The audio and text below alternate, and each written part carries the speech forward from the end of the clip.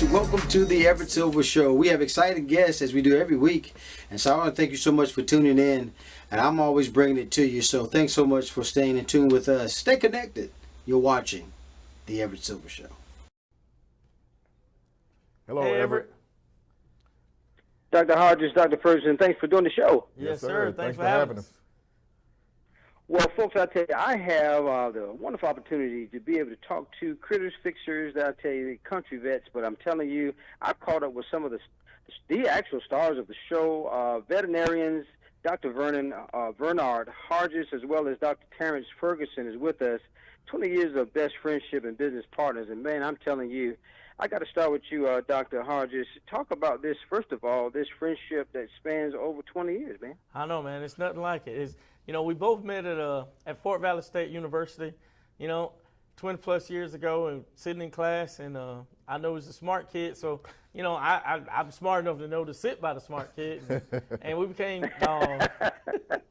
became steadfast friends. And we went through different programs. We would go to summer programs as far away as Canada and study together.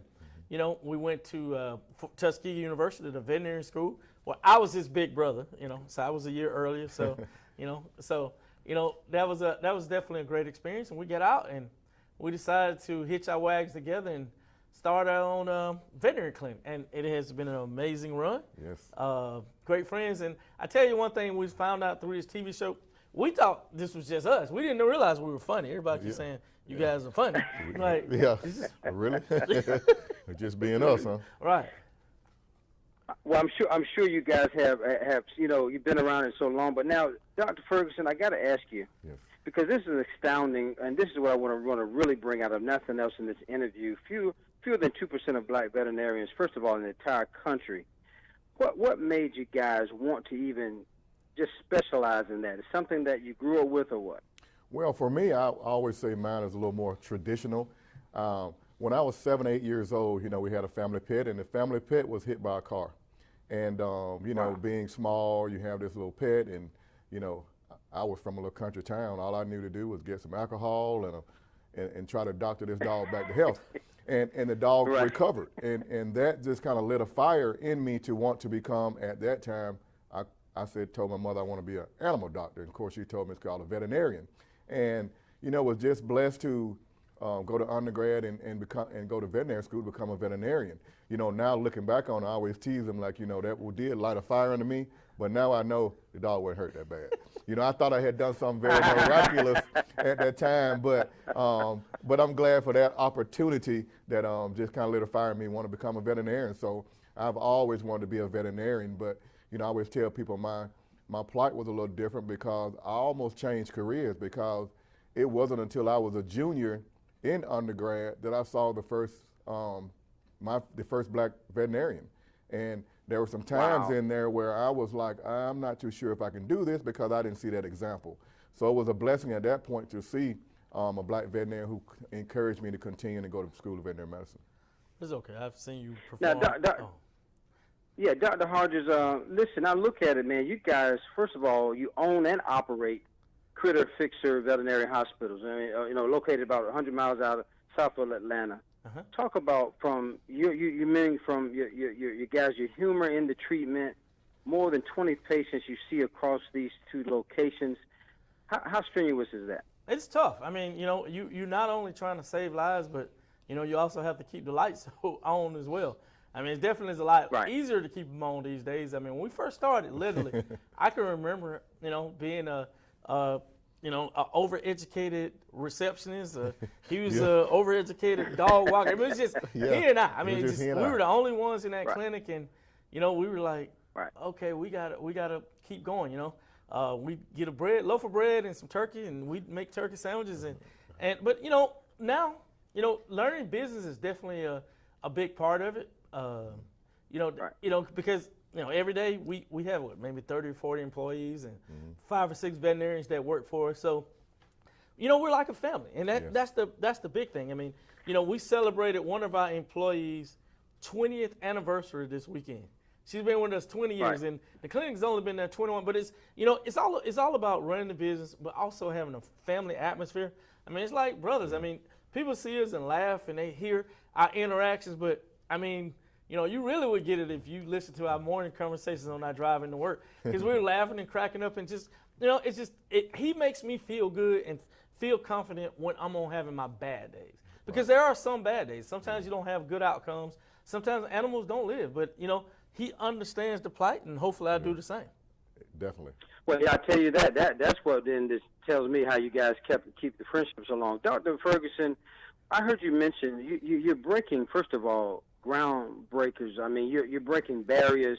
How can we now inspire future black veterinarians? Well, definitely, Dr. Hodges, this is something that we strive to do, and we don't take it lightly.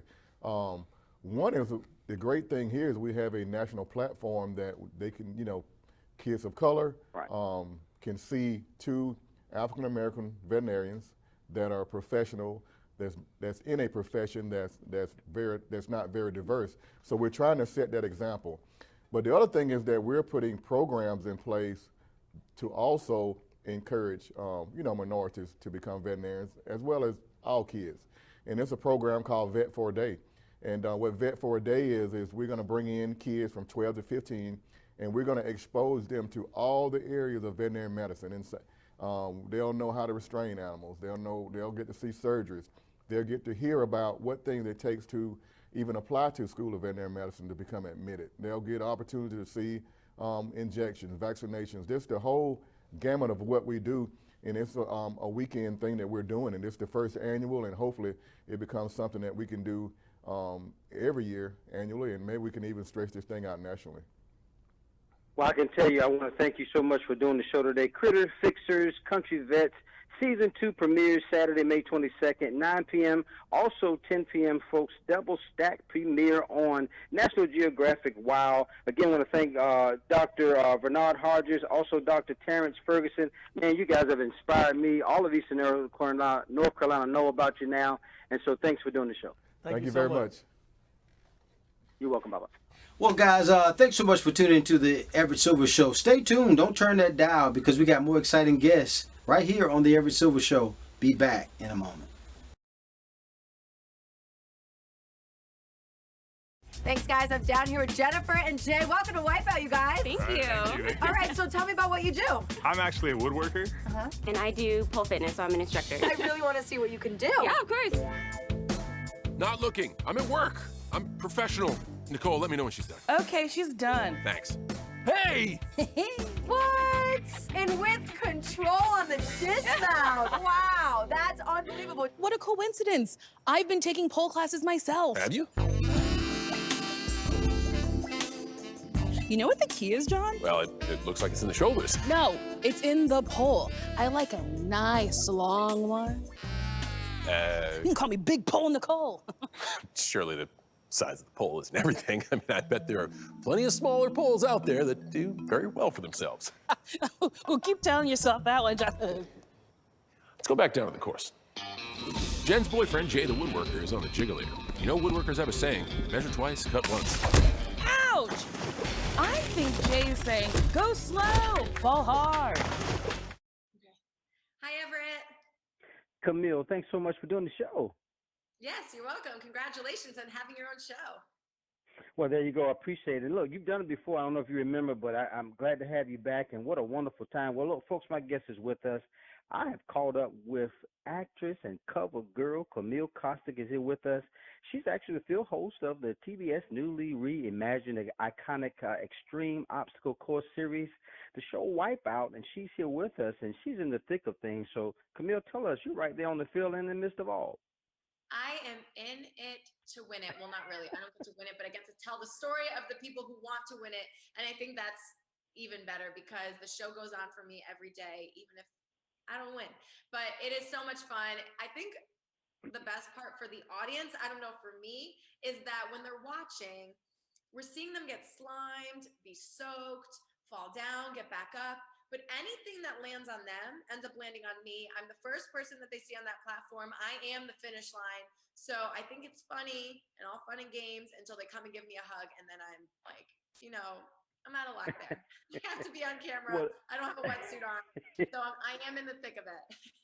I got to ask you, though, I mean, they're featuring, I think, new course elements that's really going to push these contestants to their athleticism and endurance as well as determination. Have you ever just thought, man, because it looks like sometimes it's hurt outside of being fun? I have to say I'm a very empathetic person in real life. I definitely bring that to set. I always say there's two types of people. They're the people that laugh immediately when someone falls down, and then there's the one who wants to stop, make sure they're okay, and then laugh. I'm the second one.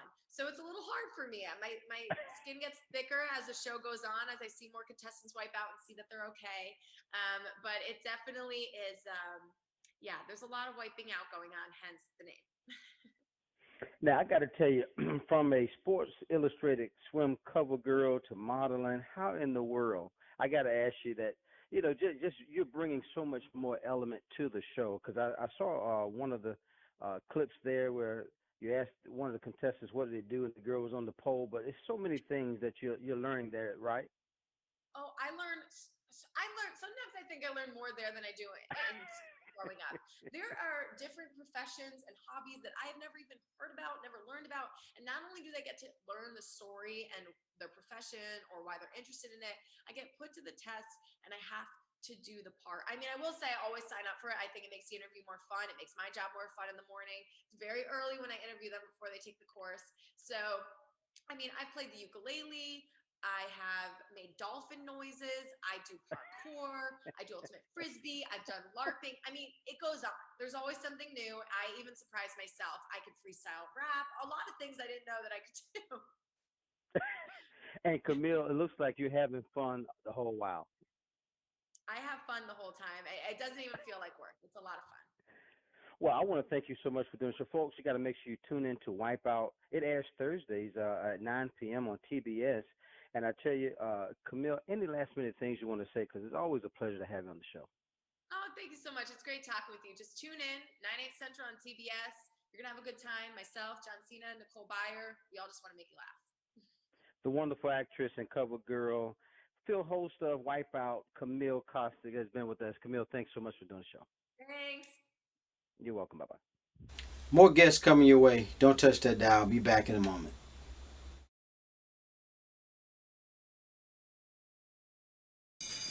Good morning, leopards and wildcats. Just a reminder, if you have any dope home videos from over the holiday break, slide them into my DMs. I am Hundo P. This year's first ever video yearbook will be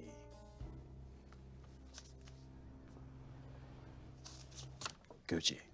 Poor thing. Needs all the help he can get. And for those of you interested in becoming the full-time student anchor here on the morning show, stop by my AV Club room. Don't worry about looking good on camera because you're going to look great on college applications. Good one, Mazzy. Last, but definitely not least, auditions for this semester's musical will be held after school in the newly refurbished auditorium. Can't wait to see what Miss Jen has up her sleeve because last semester's show was fire. Ooh, bad choice of words. And that's the news, folks. You heard it here first. From my mouth to yours. Okay. Sign off needs a little work. Hey, Everett. Hi, Everett. Mark, Kate, thanks so much for doing the show today, guys. Of course. Well, folks, I tell you, High School Musical, the series, I have a couple of co-stars here with us. Mark St. Cyr is here with us.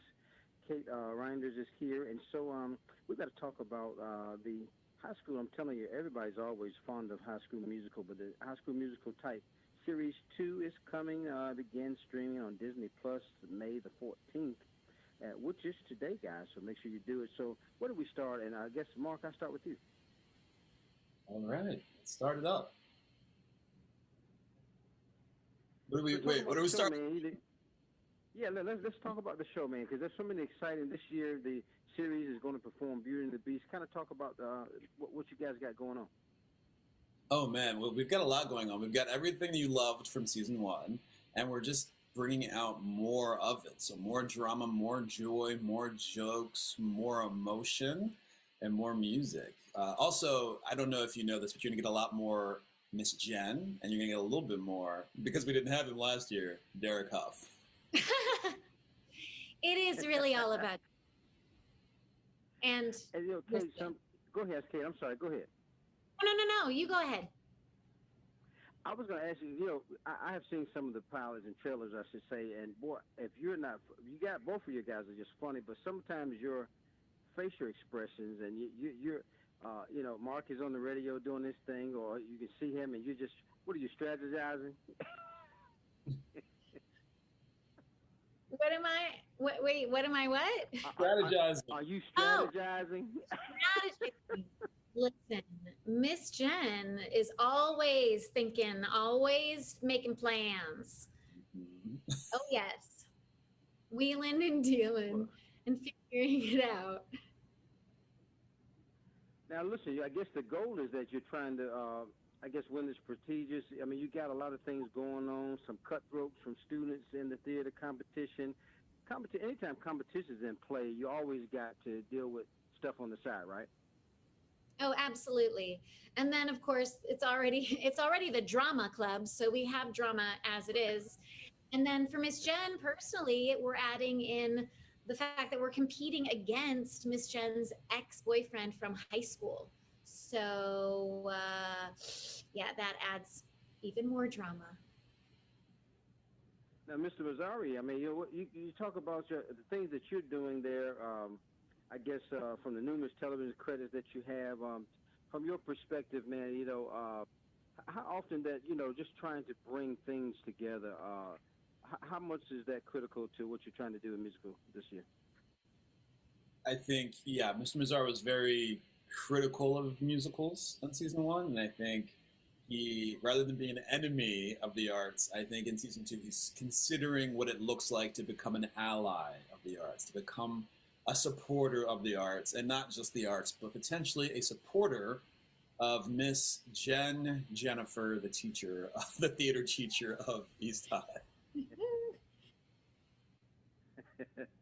And then, guys, listen, any last-minute things that you want to say about the show? Because, again, I want to make sure that the audience know High School Musical, the musical series, Season 2, begins streaming tonight on Disney+. So I give you both opportunities to just, tell the people why they should be glued in, because it's such a fascinating show. It's hilarious. It's very engaging. So I'll let you guys get an opportunity to do that.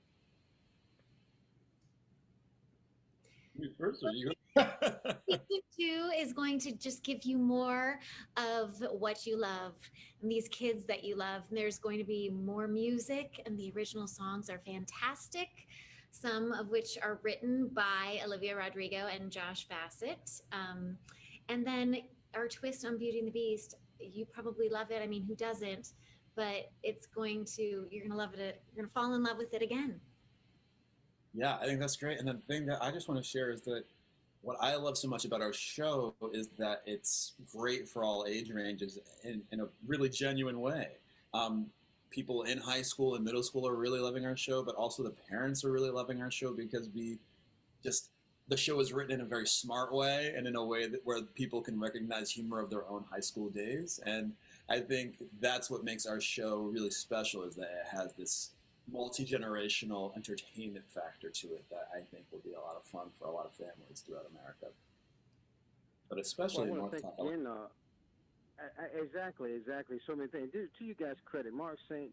Cyr, man, to what you've done in the past, Chicago PD, Kevin Can, Doomsday, and also, again, as we look at Kate Reinders, who's been such a, your credit as well, from I guess Martin's Family to, Ugly Betty. So many credits, guys. Thanks so much for doing the show. Guys, make sure you tune in. What a privilege to have Mark St. Cyr, Kate Reinders. Thank you guys so much for doing the show. Thank you. Much. More guests coming your way. Don't touch that dial. I'll be back in a moment.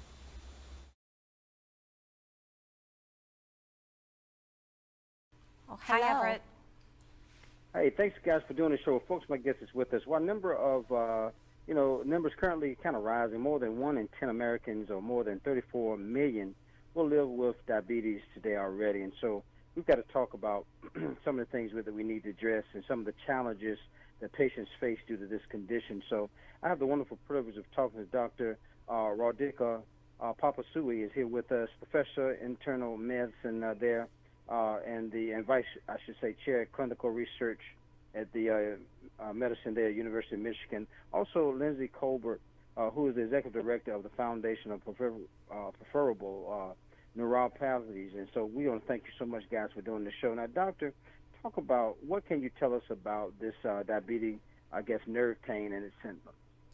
Well, thank you very much for having us, and I like to say that diabetic neuropathy is the most common, probably, complication of diabetes, as up to 50% of patients with diabetes may develop neuropathy.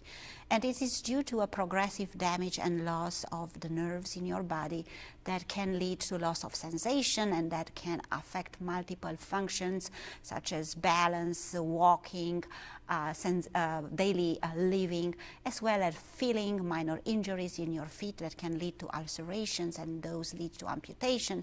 Neuropathy remaining the leading cause of non-traumatic amputation in this country. And then patients will experience pain, this so-called nerve pain, that can be experienced as burning or shooting, starting with the feet, being more severe when people rest or at night, and then being extremely difficult to treat. And this pain actually can be very disabling on its own, because it can impact sleep, mood, induce anxiety, inability to do your daily functions, such as even driving, and then being very challenging to treat, sometimes requiring multiple medications that can also have important side effects. Now, Lindsay, can you tell us about the key findings from this survey, particularly that was recently done? Yes, there was a nationwide survey that was conducted by an outside research marketing consultant. Those findings were then shared with us at the organization called the Foundation for Peripheral Neuropathy. It's a little bit of a tongue twister. So what we found to be true in the survey also rang true with us at the Foundation for Peripheral Neuropathy, in that many patients are very fearful for the progression of the disease. They get diagnosed if they have pain, other symptoms. They're worried if it's just going to keep getting worse and worse and worse. Secondly is that right now there is no cure for peripheral neuropathy. It's really about symptom management, and oftentimes it's a combination of various treatments that are required for a patient to feel like they are managing their symptoms and they can go about their day-to-day business. And lastly, the survey showed that there are multiple doctors often consulted by a patient, sometimes even 3 or more doctors, in order to finally find the answers that that patient is looking for, again, to better understand the condition and to better treat the symptoms that they're feeling, specifically with chronic pain. So, Lindsay, that was some of the biggest challenges reported by patients then in that survey. Yeah, so, lots of patients have higher levels of anxiety and depression. The impact on their daily life is significant. So walking, driving, traveling, all of these are extremely challenging for someone who lives with chronic pain due to peripheral neuropathy.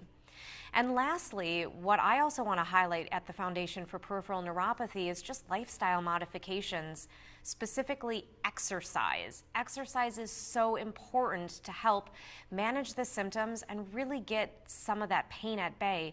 It's a little counterintuitive though, because if you have a patient that has chronic pain, they might not be able to exercise, but really any movement, even low impact, is extremely important and extremely helpful. Now, Dr. Papasui, talk about what would you, I guess, like to tell patients who have diabetes and they're experiencing what they call this nerve pain as well. So I'd like to highlight that although, as Lindsay said, we do not have a medication to reverse the nerve damage, it is very important to know that we could prevent that to happen, and that's why I encourage patients to try to listen to their provider and try to maintain their blood sugars as well as normal as possible, lose weight, keep their blood pressure, cholesterol well treated, and then, as Lindsay also mentioned, lifestyle modification and particularly exercise that has been shown in quite few studies to prevent further nerve loss and also to help with pain. It may feel counterintuitive that when you have pain you should exercise, but in fact in this particular case exercise can improve your pain, and even if you start slowly and progress, it can be helpful. Very importantly, I tell patients to share with their provider everything they feel, because it's the only way to be able to provide them with the treatment plan that best works for that particular patient. And sometimes medications may be needed to treat the pain, and we do have quite few agents that have been shown to be effective. But again, because each of these medications may have side effects, each patient will need to have an individualized plan. And lastly, but not least, because it's such a huge problem in this country, I'd like to highlight that for diabetic neuropathic pain, opioids are not effective, particularly one puts in the balance their huge potential for harm. Thus, we do not recommend opioids to treat diabetic neuropathic pain. Dr. Papasui, so much information here to gather. Where do we go for information? Well, of course, there is a lot of information there, as we all know, and I think that it's important for our patient to make sure that they will access the evidence-based information, like, for instance, the Foundation for Peripheral Neuropathy that Lindsay already mentioned. It's one of the greatest resources, as well as the American Diabetes Association, particularly for diabetic neuropathy, that are in line with the most scientific evidence and important tips for patients to understand their condition. Of course, talking to their providers, there are also other websites that can provide information, particularly on pain, like Nerve Pain and Me, but ultimately always discuss with their providers and follow their recommendation is key. Once again, thank again my special guest, Dr. Radhika Papasui has been with us. Also, Lindsay Colbert. Got so much information. Thank you so much for doing the show today. Glad to have you. Thank you for having us. You're welcome. Bye-bye.